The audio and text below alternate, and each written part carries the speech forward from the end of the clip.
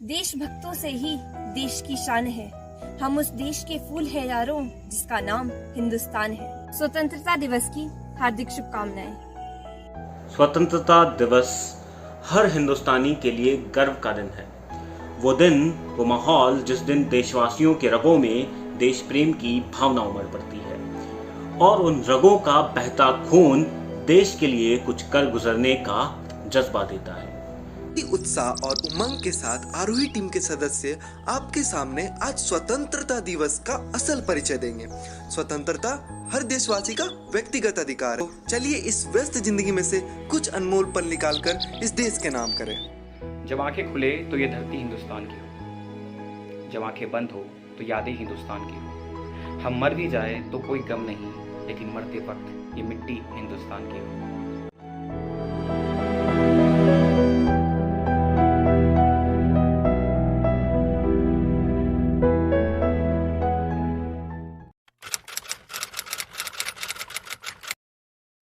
कई वर्षों से भारत में कई यूरोपीय देशों ने अपने अपने फायदे के लिए हमारी धरती का इस्तेमाल किया। सन 1498 में वास्को डी गामा ने जब भारत के लिए समुद्री मार्ग की खोज की तो उसने कई देशों के लिए व्यापार का मार्ग भी खोल दिया। फ्रांस, पुर्तगाल, तुर्की जैसे देशों ने अपने अपने व्यापार शुरू किए। उसके बाद ब्रिटिश ईस्ट इंडिया कंपनी का आगमन हुआ। देखते देखते सम्राट जहांगीर के समय ब्रिटिश नेश प्रथम के राजदूत सर थॉमस रॉय ने ब्रिटिश ईस्ट इंडिया कंपनी के लिए कुछ विशेष अधिकार प्राप्त कर लिया। मसूलीपट्टनम, विजयनगर, इन सभी स्थानों पर व्यापारिक केंद्रों की शुरुआत की। यहाँ तक कि 1661 में ब्रिटेन के राजा चार्ल्स ने पुर्तगाल की राजकुमारी से विवाह कर दहेज में बम्बई लिया, जो इतिहास की सबसे ताकतवर कंपनी थी, परंतु इसे इतिहास के काले पन्नों में जगह दी गई। क्रूर व्यापारिक नीति, व्यापार से सरकार तक का सफर, व्यापारिक लाभ के लिए कब्जा, यह सब भारत के एक अटूट और दयनीय हिस्सा है। ईस्ट इंडिया कंपनी 1600 में बनाई गई और 1608 में पहला व्यापारिक पोर्ट सूरत पहुंचा। इसके बाद मसालों के व्यापारियों के रूप में अपनी पहली शुरुआत की।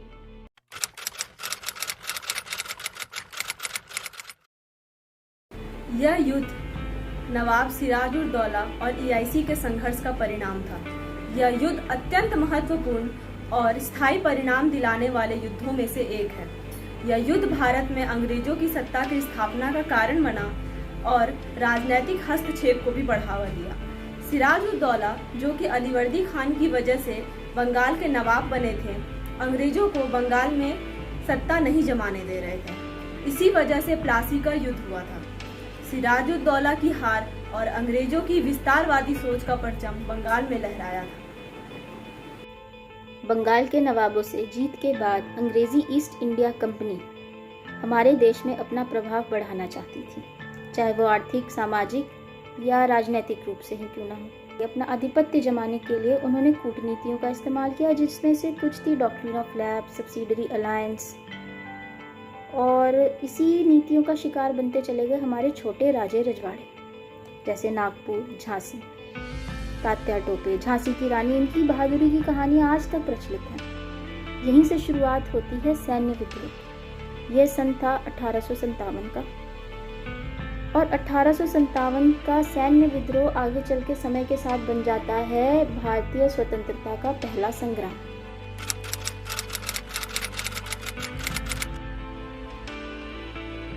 सन 1885 में इंडियन नेशनल कांग्रेस का गठन किया गया ताकि आम जनता की समस्याओं का निदान किया जा सके। सन 1885 से 1947 तक आज़ादी की लड़ाई में इंडियन नेशनल कांग्रेस के नेताओं का योगदान भूला नहीं जा सकता। सन 1905 से 1918 तक भारतीय राष्ट्रीय कांग्रेस दो भागों में विभाजित हो गई थी, नरम दल और गरम दल। यह उस समय की बात है जब भारतीय नेताओं का ब्रिटिश सरकार से विश्वास उठ चुका था। तब कांग्रेस में एक नए युग का उदय हुआ जिसे उग्रवादी युग का नाम दिया गया। इस युग ने अपनी मांगों को पूरा करने के लिए केवल संघर्ष का मार्ग अपनाया। गरम दल के प्रमुख नेता लाला लाजपत राय, बाल गंगाधर तिलक एवं बिपिन चंद्र पाल थे। इस दल की तिकड़ी ने मिलकर क्रांतिकारी हवा चलाई एवं लाल बाल पाल की तिकड़ी ने मिलकर उस समय के युवा वर्ग में स्वतंत्रता के लिए जोश भर दिया था, जो सिर्फ संघर्ष कर स्वतंत्रता पाना चाहते थे। लाल बाल पाल की त्रिमूर्ति ने मिलकर बंगाल में हुए विभाजन के विरुद्ध स्वदेशी आंदोलन चलाया। इस आंदोलन में विदेशी सामान का बहिष्कार किया गया, विदेशी सामान को जलाया गया तथा भारतीय सामान को अपनाया गया। बंगाल में हुआ यह आंदोलन हड़ताल पूरे भारत में फैल गया था।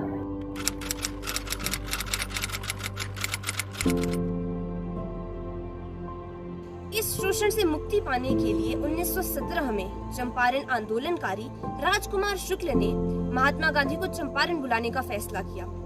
इस आंदोलन में गांधी जी के नेतृत्व में किसानों की एकजुटता को देखते हुए सरकार ने इस मामले की जांच शुरू की और जुलाई 1917 में चंपारण एग्रेरियन एक्ट का गठन किया और 3 गठिया प्रणाली को समाप्त किया गया और किसानों से अवैध रूप से वसूले हुए धन का 25% उन्हें वापस किया गया।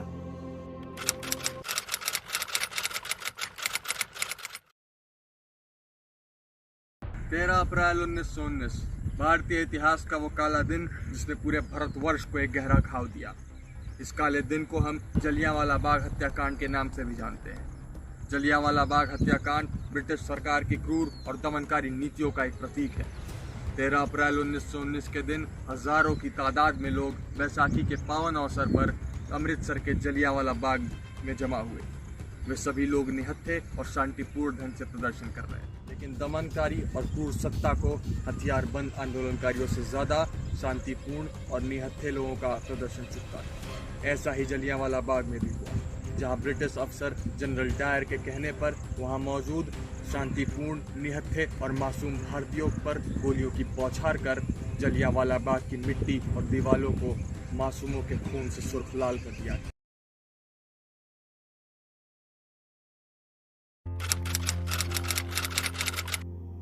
सितंबर 1920 से फरवरी 1922 के बीच महात्मा गांधी तथा भारतीय राष्ट्रीय कांग्रेस के नेतृत्व में असहयोग आंदोलन चलाया गया, जिसने भारतीय स्वतंत्रता आंदोलन को एक नई जागृति प्रदान की। जब गांधी जी ने यह अनुभव किया कि ब्रिटिश हाथों में एक उचित न्याय मिलने की कोई संभावना नहीं है, इसलिए उन्होंने ब्रिटिश सरकार से राष्ट्र के सहयोग को वापस लेने की योजना बनाई और इस प्रकार असहयोग आंदोलन की शुरुआत की गई।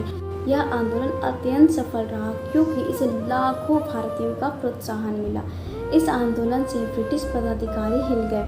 देश के लिए जिसने विलास को ठुकराया था, त्याग विदेशी था जिसने खुद ही खादी बनाया था, पहन के काठ की चप्पल जिसने सत्याग्रह का राग सुनाया था, वो महापुरुष महात्मा गांधी कहलाया था।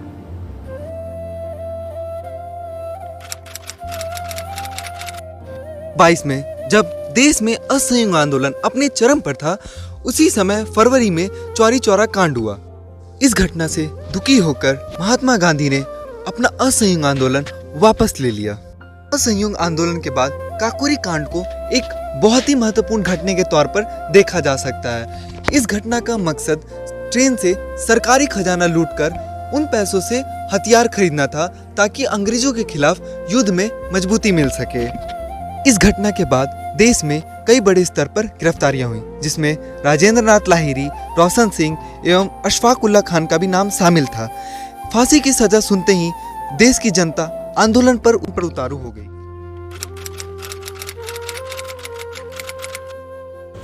असहयोग आंदोलन असफल रहा और इसके कारण राजनीतिक गतिविधियों में कुछ कमियां आ गई थी।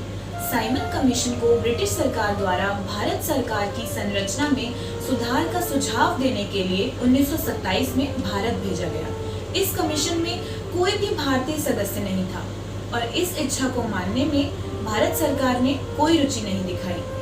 इसके कारण पूरे देश में विद्रोह की चिंगारी भड़क उठी। कांग्रेस ने मुस्लिम लीग के साथ मिलकर लाला लाजपत राय के नेतृत्व में इसका बहिष्कार करना शुरू कर दिया। आने वाली भीड़ पर अनेकों लाठियां पड़ी और इसी के साथ शेरे पंजाब कहे जाने वाले लाला लाजपत राय उपद्रव में चोटों के कारण शहीद हो गए।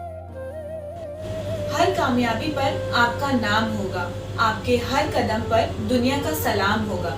मुश्किलों का सामना हिम्मत से करना, मुश्किलों का सामना हिम्मत से करना। दुआ है एक दिन वक्त भी आपका गुलाम होगा।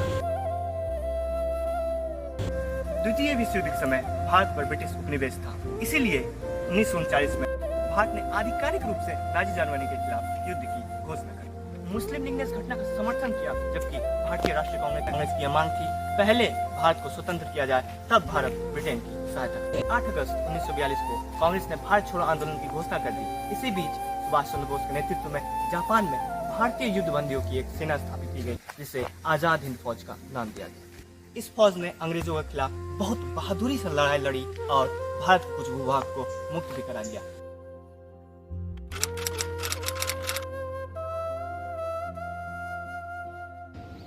युद्ध की समाप्ति हो गई थी और अब भारत दुनिया का चौथा सबसे औद्योगिक शक्ति के रूप में उभर चुका था, जिसके बाद 1945 से 1947 के बीच में अनेकों घटनाएं हुई, चाहे वो शिमला सम्मेलन हो या फिर वो कैबिनेट मिशन का आगमन हो। भारतीय स्वतंत्रता अधिनियम 1947 के तहत 14 अगस्त 1947 ठीक 11:57 पर पाकिस्तान को एक अलग राष्ट्र बना दिया गया और अगले ही दिन ठीक 12:02 पर भारत एक अलग राष्ट्र देश बना।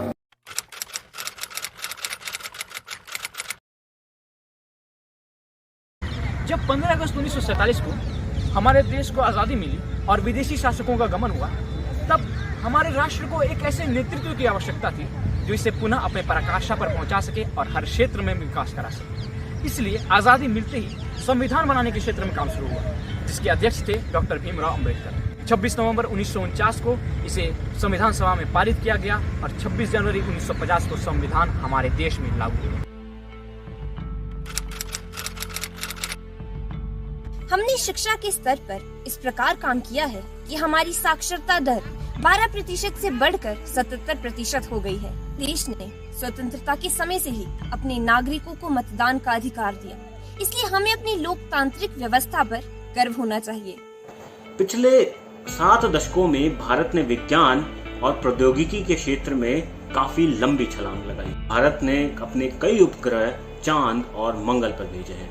विश्व में ख्याति प्राप्त करने के साथ साथ हमारे देश ने न्यूक्लियर ऊर्जा के क्षेत्र में भी काफी तेजी से बढ़ोतरी की है। हमारा राष्ट्र जब आजाद हुआ था तो वह अपने पूरी जनसंख्या के लिए अनाज तक नहीं उपजा पा रहा था, भुखमरी की स्थिति थी। ऐसी परिस्थिति में भारत के किसानों ने हरित क्रांति का ऐसा दौर चलाया कि हमारे खेत लहलहा उठे और न सिर्फ हम अपने देश की खाद्यान्न आपूर्ति को पूरा कर पाए, बल्कि हमने अनाज दूसरे देशों को भी निर्यात।